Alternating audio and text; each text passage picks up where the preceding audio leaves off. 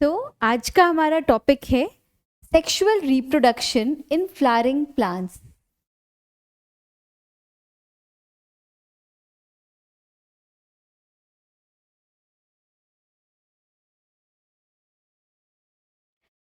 Sexual reproduction in flowering plants. पहले जो words आपके टॉपिक में है वो देखते हैं। What do we mean by sexual reproduction, what do we mean by reproduction, या फ्लावरिंग प्लांट्स क्या है। तो रिप्रोडक्शन इज द प्रोसेस जिसमें आप स्पीशीज कंटिन्यूएशन की बात करते हैं। रिप्रोडक्शन से हमारा स्पीशीज कंटिन्यूएशन होता है। रिप्रोडक्शन एक प्रोसेस है जिसमें हम सेम तरह का ऑर्गेनिज्म रिप्रोड्यूस कर सकते हैं। एक ऑर्गेनिज्म रिप्रोड्यूस करके अपने ही जैसा एक और ऑर्गेनिज्म बना लेता है। That is called reproduction. ठीक है, जब हम सेक्सुअल रिप्रोडक्शन की बात करते हैं, इसमें ये क्या बात है कि यहाँ पर हमारे पास दो पेरेंट्स होंगे, एक होगा फीमेल पेरेंट, एक मेल। दोनों अपने गमीट्स बनाएंगे। नॉर्मली तो फीमेल के गमीट को हम एग कहते हैं, मेल के गमीट को आप स्पर्म बोल सकते हैं ह्यूमंस में, या मेल गमीट कहते हैं। और ये दोनों फ्यूज करेगा, दोनों के फ्यूजन से बनेगा जाइगोट, और ये जाइगोट डेवलप करेगा और आगे के ऑर्गेनिज्म में ग्रो करेगा। This is called sexual reproduction, जिसमें दो पेरेंट होंगे और गमीट फॉर्मेशन इन्वॉल्व होगा। अब आते हैं वर्ड फ्लावरिंग प्लांट पे। तो व्हाट इज फ्लावरिंग प्लांट? थोड़ा सा हम क्लास 11 का प्लांट किंगडम पे वापस जाते हैं। तो हम लोगों के पास 5 डिविजन ऑफ प्लांट किंगडम थे। पहला एल्गी, सेकंड इज ब्रायोफाइटा,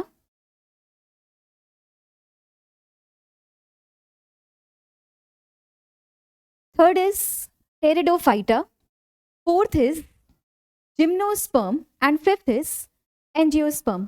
जब हम फ्लावरिंग प्लांट्स की बात करते हैं तो हम सिर्फ और सिर्फ एंजियोस्पर्म की बात करते हैं, क्योंकि ये इकलौता ऐसा डिवीजन है जिसमें हमें फ्लावर्स मिलते हैं। बाकी सब में भी रिप्रोडक्शन होता है, बट फ्लावर के हेल्प से नहीं होता। अब आते हैं sexual reproduction in flowering plants. तो सेक्सुअल रिप्रोडक्शन पढ़ने के पहले ये जानना जरूरी है कि हम लोगों का प्लांट का जो मेन प्लांट बॉडी है वो क्या है। तो प्लांट्स में हमें पता है दो तरह के मेन बॉडी हो सकते हैं, या तो गमीटोफाइट या स्पोरोफाइट। हम लोग जो ले रहे हैं एंजियोस्पर्म, एंजियोस्पर्म में main plant body is sporophyte. अब थोड़ा सा क्लास 11 वापस से रिकॉल करते हैं। तो स्पोरोफिटिक प्लांट बॉडी क्या होता, जिसके main parent is diploid, that is 2n। इनमें कुछ हार्मोनल चेंजेस आएगा, कुछ मॉर्फोलॉजिकल चेंजेस आएंगे, और ये रिप्रोडक्शन के लिए केपेबल हो जाएगा।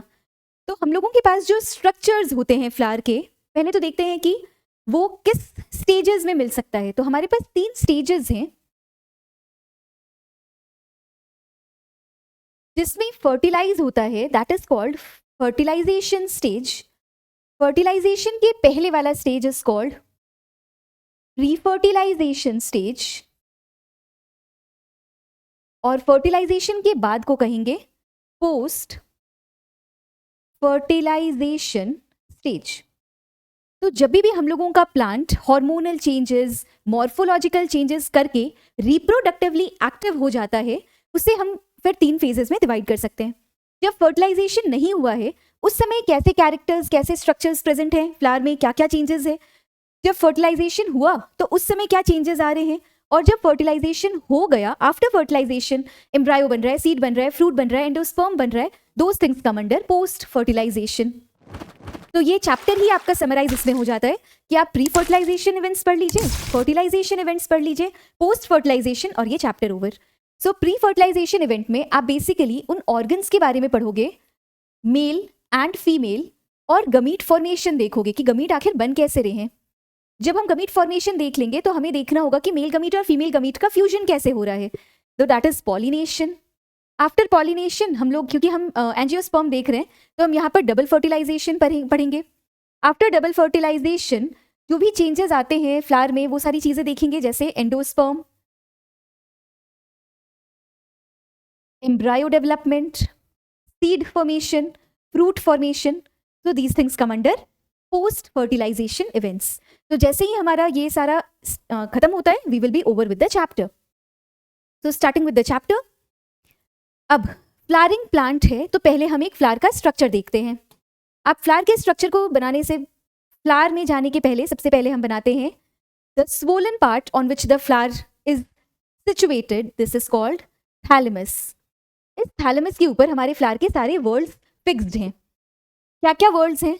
तो सबसे बाहर वाले वर्ल्ड को हम कहते हैं सेपल। उसके बाद एक वर्ड आएगा which are colourful petals. Third world के बाद हमारे पास आएगा मेल ऑर्गन, जिसे आप कहते हो एंथर, स्टेमन, और फिर सेंटर में आएगा हमारे पास female organ that is called pistil. तो ये है हमारा फ्लावर का बेसिक स्ट्रक्चर।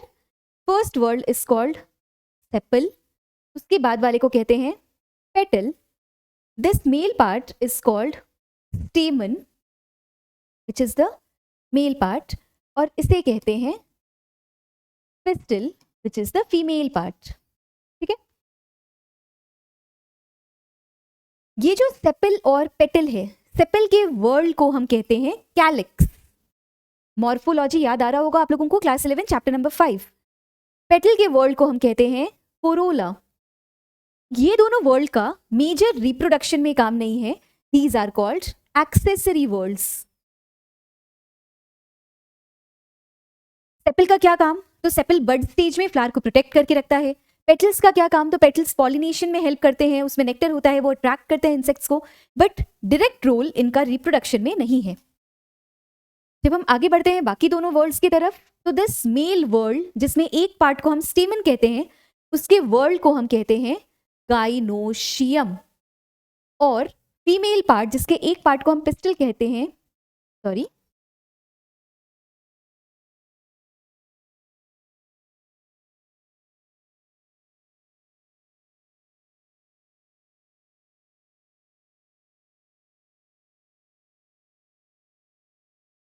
वर्ड्स पे बात कर रहे थे हम। स्टेमन को कहते हैं एंडरोशियम, और फीमेल वर्ल्ड को हम कहते हैं gynoecium. Stamen is the male reproductive part, pistil is the female reproductive part. इन दोनों को हम कहते हैं रिप्रोडक्टिव वर्ल्ड्स। जैसे हमने बाकी दोनों को बोला था एक्सेसरी वर्ल्ड्स, वैसे इसे हम कहेंगे रिप्रोडक्टिव वर्ल्ड्स। यहां तक कोई डाउट? अब एक एक पार्ट पर आते हैं। तो जब हम स्टेमन देखते हैं, स्टेमन में हम लोगों के पास दो हिस्से है। एक है this part, this is called filament, और दिस इज कॉल्ड एंथर। तो स्टेमन में दो पार्ट हुए, फिलामेंट एंड एंथर। जब हम फीमेल रिप्रोडक्टिव पार्ट देखते हैं तो यहाँ पर हमारे पास तीन पार्ट्स हैं। This is called pistil,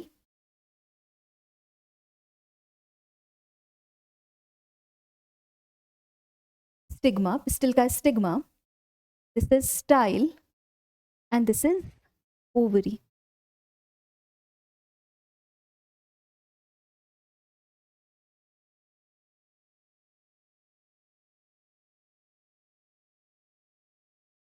stigma, style and ovary. ठीक है, this is female part and this is male part. जैसे ही आप इस पूरे स्ट्रक्चर को स्टडी कर लोगे, उसके बाद हमें देखना होगा कि इसमें गमीट्स कैसे बन रहे हैं। फिर हम इस स्ट्रक्चर को स्टडी करेंगे और फिर फीमेल गमीट बनाएंगे, दोनों गमीट्स का फ्यूजन देखेंगे और फर्टिलाइजेशन डन। तो ये था फ्लावर का मेजर स्ट्रक्चर। फ्लावर, अब ठीक है, अब एनसीईआरटी के वर्ड्स पर आते हैं। तो पहला तो ये हमें है हार्मोनल एंड, फर्स्ट स्लाइड हमारा ये है हमारा हार्मोनल एंड मॉर्फोलॉजिकल चेंजेस।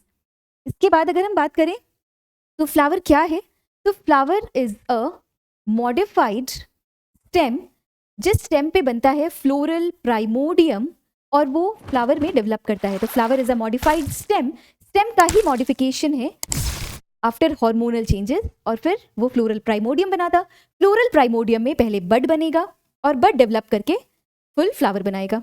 ये है क्रोनोलॉजी। क्लियर? तो ये हो गया हमारा बेसिक फ्लावर का स्ट्रक्चर। अब आते हैं प्री फर्टिलाइजेशन इवेंट्स पे।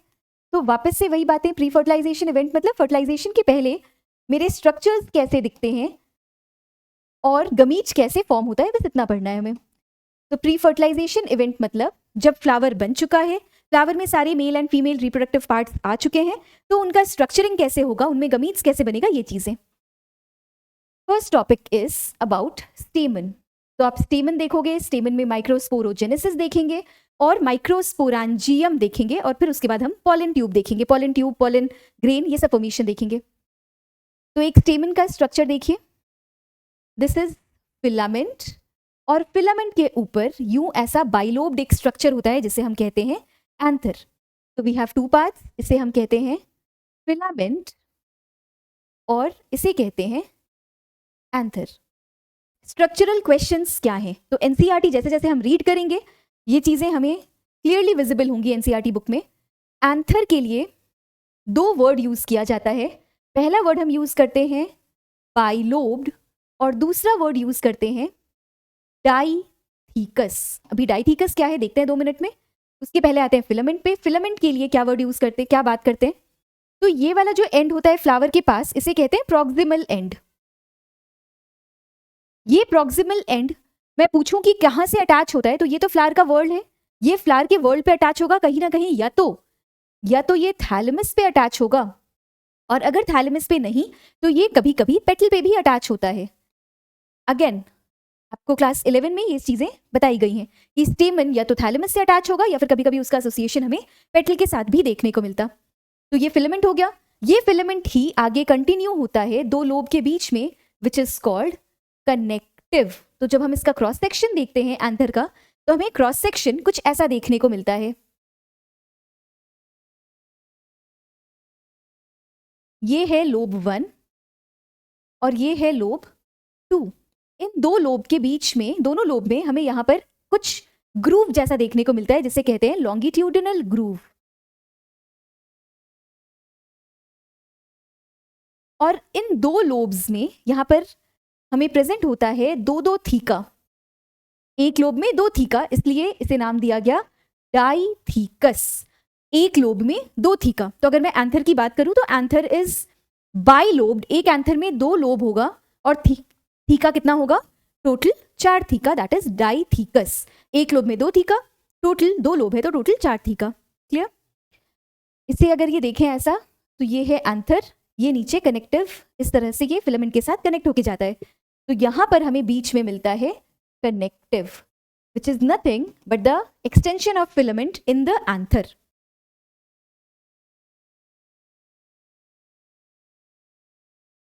तो अब देखते हैं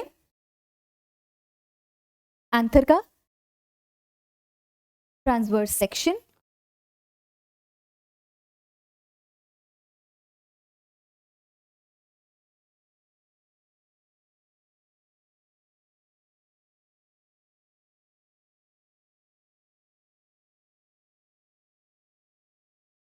ये है हमारा एंथर।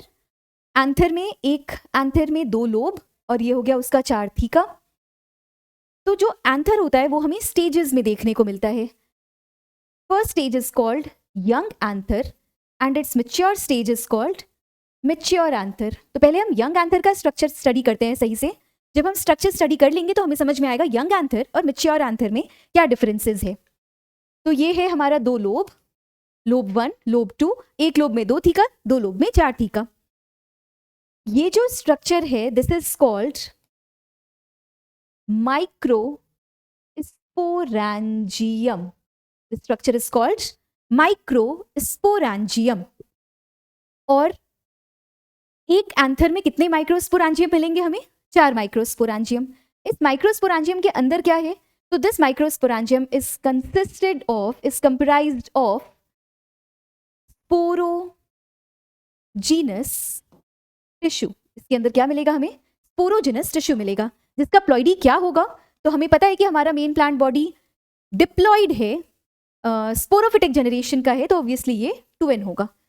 जब हम स्ट्रक्चर को डिटेल में स्टडी करते हैं, ये वाले पार्ट को मैं आपको ओपन करके बता रही हूँ, इस हिस्से को हम नेक्स्ट पेज पे स्टडी कर रहे हैं।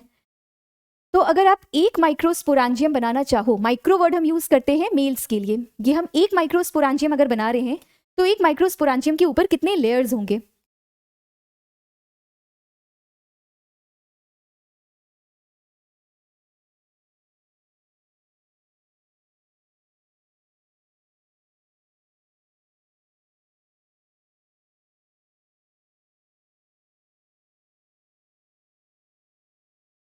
ये इस तरह से पूरे लेयर में होगा, ये एक और लेयर,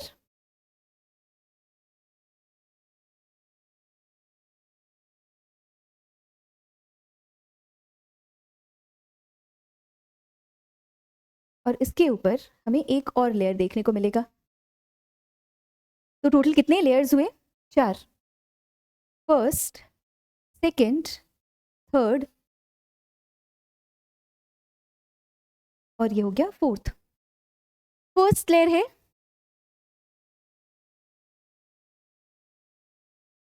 लास्ट से स्टार्ट करते हैं।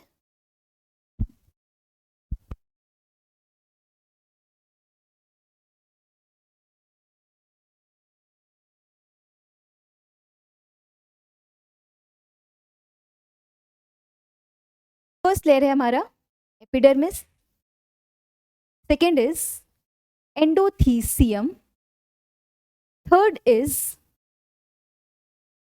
Middle layer and fourth is tapetum.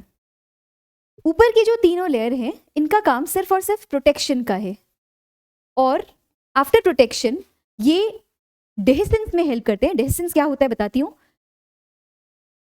जब आपका पॉलन ग्रेन बन के रेडी हो जाता है, जब एंथर को फाइनली टूटना है उसमें से पॉलन ग्रेन निकालने के लिए, दैट इज कॉल्ड डेhiscence। तो जब हम डेhiscence में जाएंगे तो हमें ये आएगा यूज। टपेटम सबसे अंदर वाला ये जो लेयर है that is called tapetum. Tapetum का मेन काम है न्यूट्रिशन या नरिशमेंट प्रोवाइड करना। ये तो मेजर रोल है ही, किस चीज को नरिशमेंट प्रोवाइड करना? तो अंदर में जो सेल्स हैं उनको नरिशमेंट प्रोवाइड करना। और इसके अलावा अभी हम देखेंगे कि जो एक स्ट्रक्चर आएगा एक्साइन, तो एक्साइन फॉर्मेशन भी ये टपेटम ही करवाता है। What is exine? 5 मिनट बाद आपको समझ में आएगा। ये हुआ बाहर का structure. This is one microsporangium. हम अभी क्या पढ़ रहे हैं? माइक्रोस्पोरांजियम।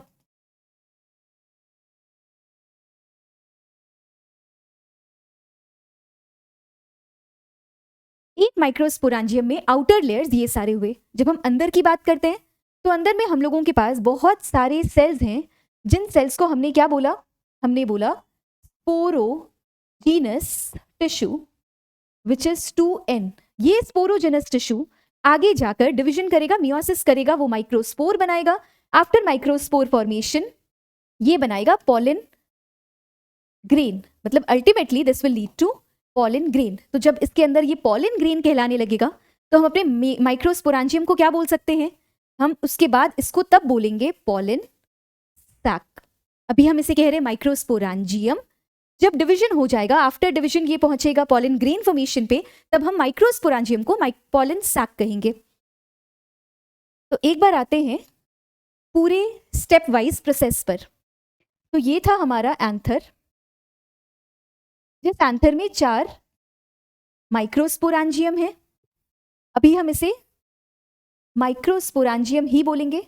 ये माइक्रोस्पोरांजियम के बाद एक माइक्रोस्पोरांजियम में अगर आप देखोगे तो बहुत सारे लेयर्स हैं, 1, 2, 3 एंड 4 लेयर्स हैं। इसके अंदर हमें जो टिश्यू मिल रहा है उसे हमने बोला स्पोरोजिनस टिश्यू।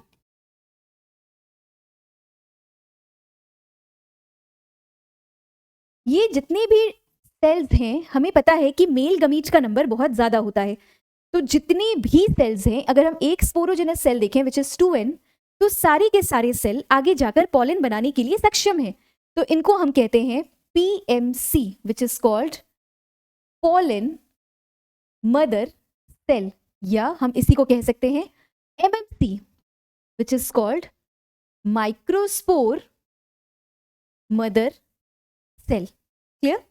ये जितने भी सेल्स हैं 2n वाले, अब इनको गमीट बनाना है। कौन सा डिवीजन होगा? माइटोसिस की मियोसिस, क्योंकि नंबर ऑफ क्रोमोसोम हाफ करना है तो यहां पर होगा हमारे पास मियोसिस होगा।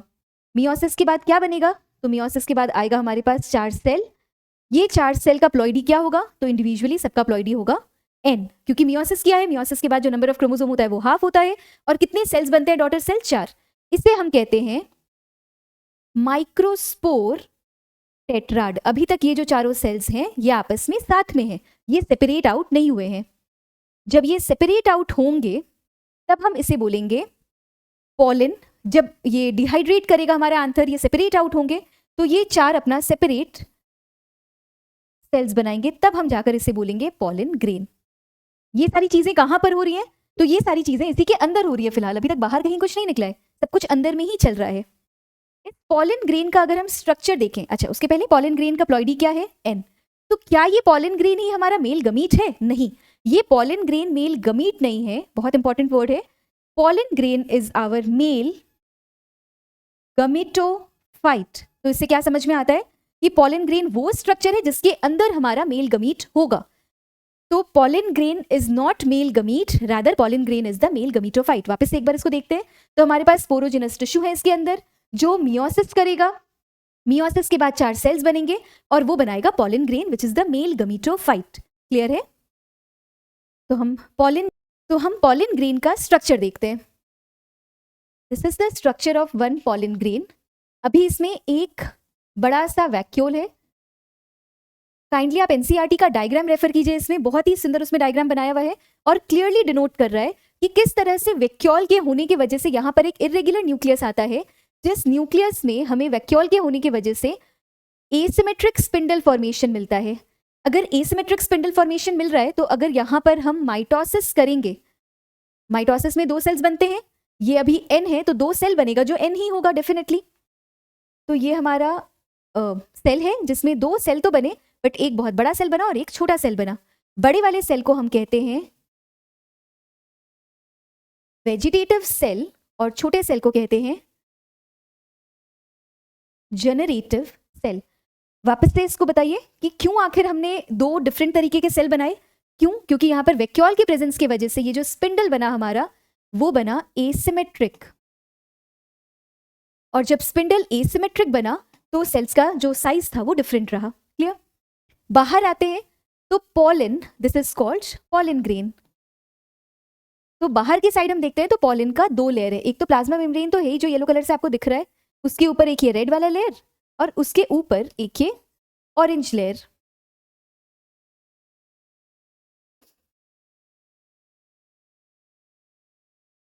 ये है हमारा पॉलन ग्रेन का स्ट्रक्चर। ये है हमारा वेजिटेटिव सेल, ये हो गया जनरेटिव सेल। एक प्लाज्मा मेम्ब्रेन आपको दिख रहा है, एक लेयर में बनाती हूँ रेड कलर से विच इज कंटिन्यूअस, कहीं पर भी ब्रेकेज नहीं है, और दूसरा ये ऑरेंज कलर से फिर से बनाते हैं एक बार। ये थोड़ा सा आपको डिसकंटिन्यूअस लग रहा है एक जगह से, तो पहला डिफरेंस हो जाएगा इन दोनों लेयर्स में कि अंदर वाला कॉन्टिन्यूअस है, बाहर वाला नॉन कॉन्टिन्यूअस है। क्या है अंदर बाहर? तो अंदर वाले लेयर को हम कहते हैं इंटाइन, बाहर वाले लेयर को कहते हैं exine. Intine and exine. Intine बना होता है जो नॉर्मली आपके सेल वॉल का कंपोजिशन है, that is cellulose and pectin.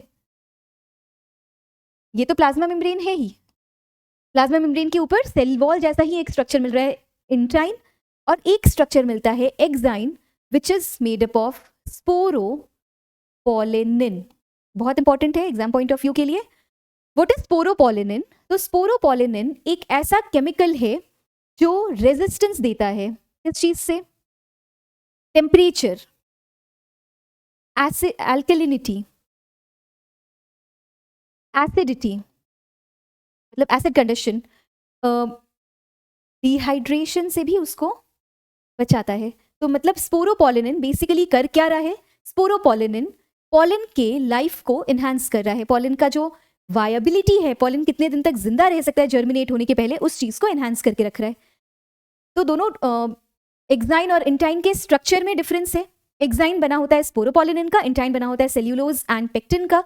Intine सिर्फ प्रोटेक्शन प्रोवाइड करता है, लेकिन स्पोरोपोलिनिन उसको रेजिस्टेंस प्रोवाइड करता है, उसके वायबिलिटी को इंक्रीज करता है। इंटाइन एक कंटिन्यूअस स्ट्रक्चर है बट एक्साइन एक डिसकंटिन्यूअस स्ट्रक्चर है। तो ये डिसकंटिन्यूअस क्यों है?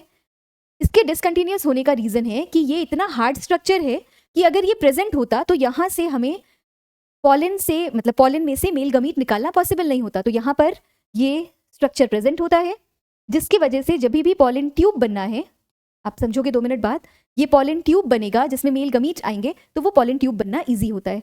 तो वो स्ट्रक्चर, वो एरिया जहाँ पर हमारा ये एक्साइन इनकम्प्लीटली प्रेजेंट था, उसे हमने बोला जर्म पोर। जर्मिनेशन करने वाला pore that is called germ pore. Clear है यहां तक?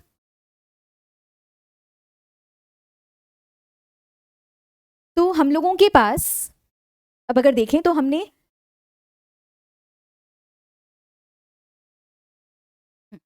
लोगों के पास ये एंथर था, जिस एंथर में बाहर का एक लेयर था जिसे हम कहते हैं एपिडर्मिस, उसके अंदर का लेयर एंडोथीसियम, उसके अंदर का लेयर मिडिल लेयर, और उसके अंदर का ये वाला layer this is called tapetum.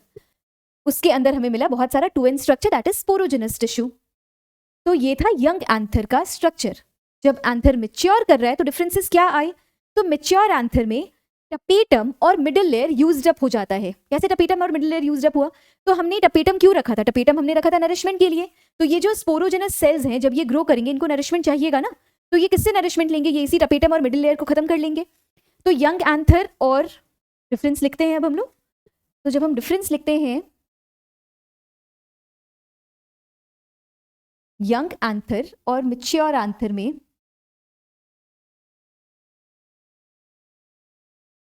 तो यंग एंथर वो स्ट्रक्चर है जहां पर हमें 4 माइक्रोस्पोरेंजियम मिलता है। लेकिन मैच्योर एंथर वो स्ट्रक्चर है जिसमें ये स्ट्रक्चर देखिए, जब ये यंग है तो इसमें माइक्रोस्पोरेंजियम है, लेकिन जब ये मैच्योर हुआ तो क्या होगा? ये दोनों फ्यूज कर जाएगा और इसके सबके अंदर क्या भर जाएगा? अब स्पोरोजेनस टिश्यू तो नहीं मिलेगा ना, हमें मिलेगा पॉलन। तो जब हमें इसमें पॉलन मिलेगा तो हम इसे माइक्रोस्पोरेंजियम ना बोलकर क्या बोलेंगे?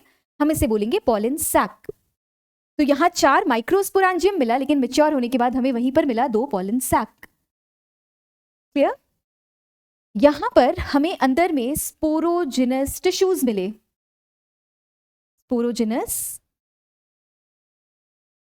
टिश्यू मिला जो प्लॉइडी में डिप्लॉइड था, लेकिन यहां हमें मिला पॉलन ग्रेन्स जो प्लॉइडी में हैप्लॉइड है। नेक्स्ट, यहां हमें सारे लेयर्स इंटैक्ट मिलते हैं। सारे लेयर कहने का मतलब epidermis, endothecium, middle layer, tapetum, सारे के सारे मिले।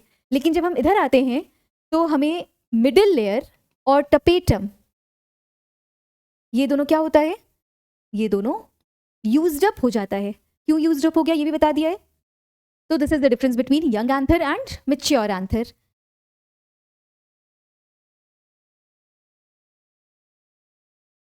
जब मैच्योर एंथर डेवलप करा, यहां पर पॉलन आ गया, इसको हमने बोला पॉलन सैक। तो इस एरिया में ये वाला जो एपिडर्मिस और एंडोथीसियम है ये ब्रेक करता है। इसे हम कहते हैं डेहिसेंस ऑफ एंथर। तो ये डेहिसेंस ऑफ एंथर कब होगा? जब पूरा का पूरा मेरा पॉलन ग्रेन बनके रेडी हो जाएगा, तब वो डेहिसेंस ऑफ एंथर होगा। क्लियर है? वापस से हम आते हैं पॉलन के स्ट्रक्चर पर जो इनकम्प्लीट रह गया था। ये है हमारा पॉलन का स्ट्रक्चर जिसमें अंदर में इंटाइन है, इसके ऊपर हमें इरेग्युलर एक जर्म पोर के साथ एक्साइन है। 2 सेल्स मिलेंगे, एक बड़ा सेल होगा और एक होगा स्पिंडल शेप का छोटा सेल। बड़े वाले सेल को कहेंगे वेजिटेटिव सेल और छोटे वाले सेल को कहेंगे जेनरेटिव सेल। फर्स्ट माइटोसिस हो गया था, एक माइटोसिस हुआ था ना, जिसकी वजह से एक सेल में हमें 2 सेल मिला था, एक वेजिटेटिव सेल, एक ये। दिस इज कॉल्ड, ये इस स्ट्रक्चर को हम कहते हैं 2 सेल्ड स्टेज। तो 2 सेल स्टेज क्या है? पॉलन का वो स्ट्रक्चर जिसमें हमें एक वेजिटेटिव सेल मिल रहा है और एक जेनरेटिव सेल मिल रहा है। 60% एंजियोस्पर्म में इसी स्टेज में 60% एंजियोस्पर्म में इसी सेल में ये बाहर निकल जाता है, ये हवा में चला जाता है अपने आप को पॉलिनेट, मतलब किसी दूसरे एंथर में दूसरे फ्लावर में जाके पॉलिनेशन करने के लिए। लेकिन बाकी के 40% में क्या होता है? We see that the pollen goes through second mitosis. Mitosis कहने का मतलब ऑब्वियसली माइटोसिस कहने का मतलब कि ये जो n है वो n ही रहेगा और नंबर ऑफ सेल्स हमें 2 मिलेगा। ये मैं बना रही हूँ एक्साइन, वापस से वही बता रहे हैं कि वो इनकम्प्लीट इनकंटिन्यूअस होगा एक जगह पे, ये हो गया इंटाइन जो कॉन्टिन्यूअस है। वेजिटेटिव सेल, ये बड़ा सा वेजिटेटिव सेल मिलेगा और हमें मिलेंगे 2 छोटे छोटे और सेल्स, क्योंकि यहाँ पर हमने माइटोसिस किया है तो ये जो स्पिंडल शेप जनरेटिव सेल है ये 2 छोटे छोटे और सेल्स बनाएगा। अब इन दोनों को हम और कुछ ना बोलकर बोलेंगे मेल गमीट। तो जो जितनी देर से हम कोशिश कर रहे थे मेल गमीट बनाने की, फाइनली अभी बन के रेडी हुआ है 2 मेल गमीट। तो कितने मेल गमीट्स बनते हैं पॉलन के अंदर? 2। अब या तो वो प्लांट के अंदर में रहते हुए भी बन सकते हैं, या 40% केस में जब वो जाकर दूसरे फ्लावर पर पॉलिनेट हो जाते हैं उस कंडीशन पे बनाता है। तो after formation of male gamete होगा क्या? जर्मपोर बनेगा, जर्मपोर से पॉलन ट्यूब रिलीज होगा, ये पॉलन ट्यूब में दोनों मेल गमीट्स होंगे और ये पॉलन ट्यूब से जाकर वो फ्लावर में स्टिग्मा, फिर स्टाइल, फिर ओवरी में जाकर अपना दोनों मेल गमीट डिपॉजिट करेगा। क्लियर है? तो अगर मैं सिर्फ स्टेप वाइज प्रोसेस लिखूं, अभी तक हमने जितना पढ़ा है, तो हम क्या लिख सकते हैं? सबसे पहले हम लोगों के पास फ्लावर है, उस फ्लावर से हमने स्टेमन लिया, स्टेमन में हम लोगों के पास आया फिलामेंट और एंथर। इस एक एंथर में हमें मिला 4 माइक्रोस्पोरैंजियम। इस 4 माइक्रोस्पोरैंजियम में था स्पोरोजिनस टिश्यू। यहां पर एक डिवीजन होगा जिस डिवीजन को हम बोलेंगे मियोसिस। तो ये जो स्पोरोजिनस टिश्यू है वो बन जाएगा माइक्रोस्पोर टेट्राड। ये जो 4 माइक्रोस्पोर टेट्राड हैं वो फिर आगे जाएंगे और चारों सेल्स अपने अलग अलग हो जाएंगे, तब हम इन्हें कहेंगे पॉलन ग्रेन। जब हमने इसको पॉलन ग्रेन कहा तो ये जो माइक्रोस्पोरांजियम था उसको बोलने लगेंगे पॉलन सैक। अब आगे बढ़ेंगे तो ये जो पॉलन ग्रेन है, this pollen grain is having 2 structures, 2 layers. पहला हो गया एक्साइन, दूसरा हो गया इंट्राइन। इसके अंदर हमें 2 सेल देखने को मिले, पहला हो गया वेजिटेटिव सेल और दूसरा हो गया जेनरेटिव सेल। ये यहाँ पर करेगा माइटोसिस, फिर ये एक और माइटोसिस करेगा, तो हमें मिलेगा एक वेजिटेटिव सेल और 2 छोटे छोटे मेल गमीट्स। क्लियर है?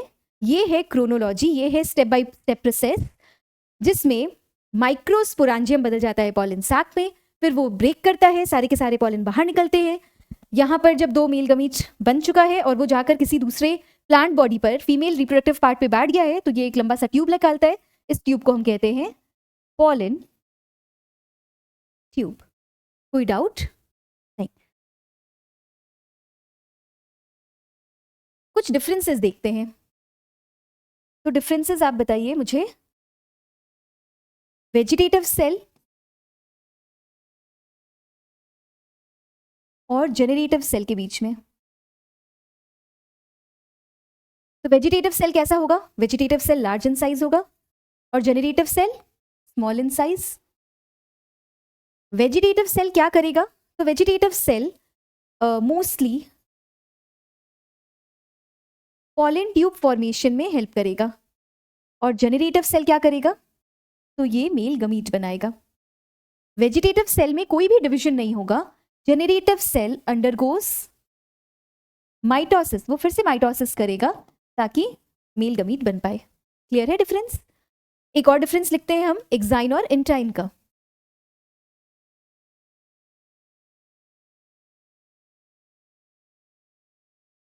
एक्साइन क्या है?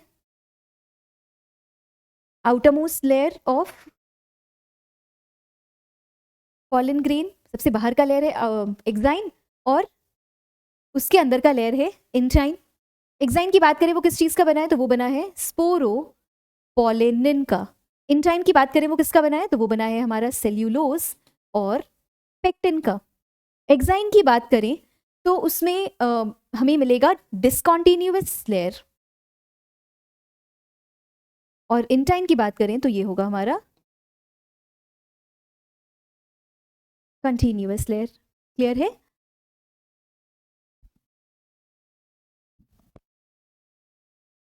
तो ये हो गए differences vegetative cell, generative cell, exine, intine, और एक डिफरेंस हमने किया था यंग एंथर, मैच्योर एंथर का।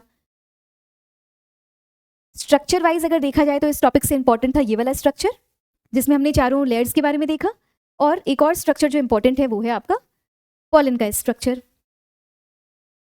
नीट में कम से कम इससे पहले तो 4 क्वेश्चन आता था, 3 से 4 क्वेश्चन अभी भी बोल ही सकते हैं, 3 से 4 क्वेश्चन फिक्स है इसका। कुछ एक्स्ट्रा बातें जो आपके एनसीईआरटी में इंक्लूड किया गया है पॉलन के बारे में। पहला है पॉलन एलर्जी। तो एलर्जी हमें पता है, ऑल्दो हम एलर्जी क्लियरली पढ़ेंगे अभी क्लास 12th में ही आगे के चैप्टर्स में, बट एलर्जी क्या होता, किसी एक पर्टिकुलर चीज़ पर आपके बॉडी का एग्जैजरेटेड रिस्पॉन्स, जिसमें बाकी किसी के लिए वो चीज़ एकदम नॉर्मल हो लेकिन आपका बॉडी उसके लिए बहुत ही एग्जैजरेटेड रिस्पॉन्स दे रहा है, उसे हम कहते हैं एलर्जी। तो पॉलन एलर्जी का मतलब कि कुछ वो कोई एक पर्टिकुलर स्पीशीज़ का पॉलन है जो कोई एक पर्टिकुलर ऑर्गेनिज्म इनहेल कर रहा है और उसे ब्रोंकाइटिस, आजमा, इस तरह की बीमारियां हो रही हैं।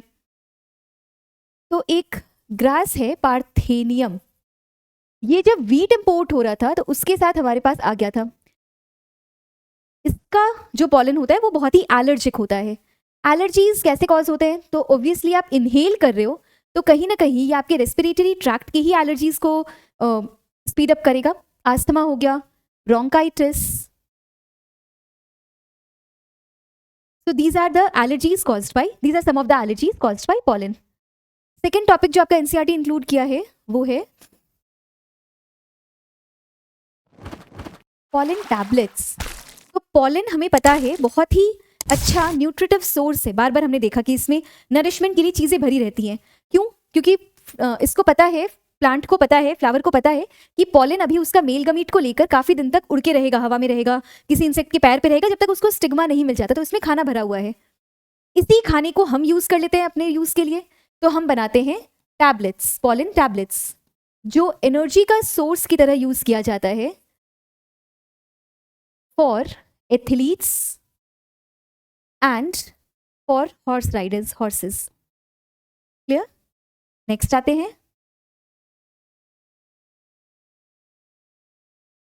Viability of pollen.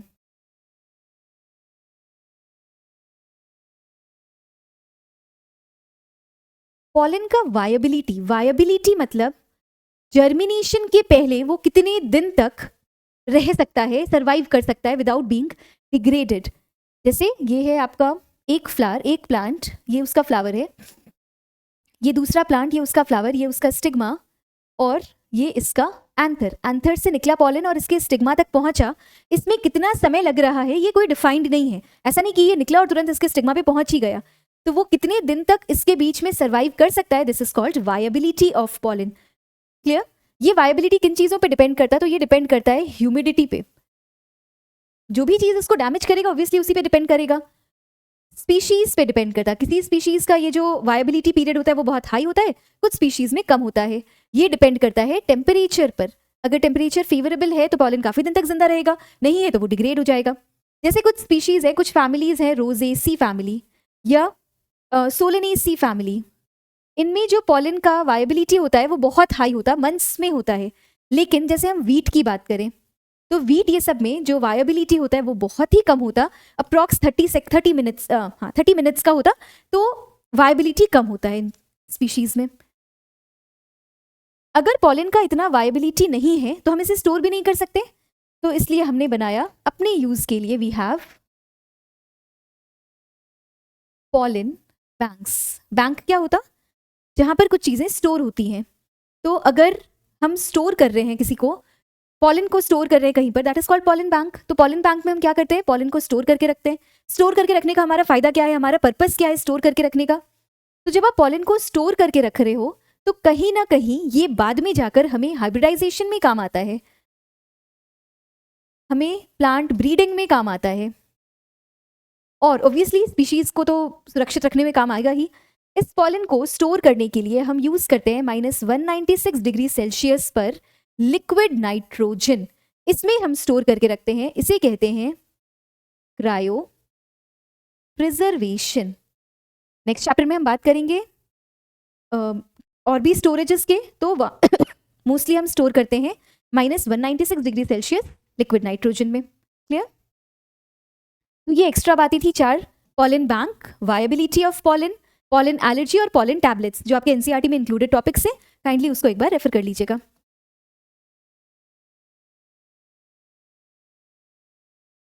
तो ये है हमारा जिस चैप्टर का, जिसमें हमने मेल ऑर्गन्स पढ़ लिया। मेल ऑर्गन पढ़ लिए मतलब हम लोगों को पता चल गया एंथर कैसा होता, फिलामेंट कैसा होता, अटैचमेंट्स क्या होते हैं, उसमें से क्या बनता है, कैसे रहता है। और हमने गमीट फॉर्मेशन भी देख लिया मेल का, मेल गमीट बना लिए ना, कितने मेल गमीट्स बने, तो फाइनली हमारे पास जाकर 2 मेल गमीट बना पॉलन में। किससे बने, तो जनरेटिव सेल में माइटोसिस होने पे हमें 2 मेल गमीट बना।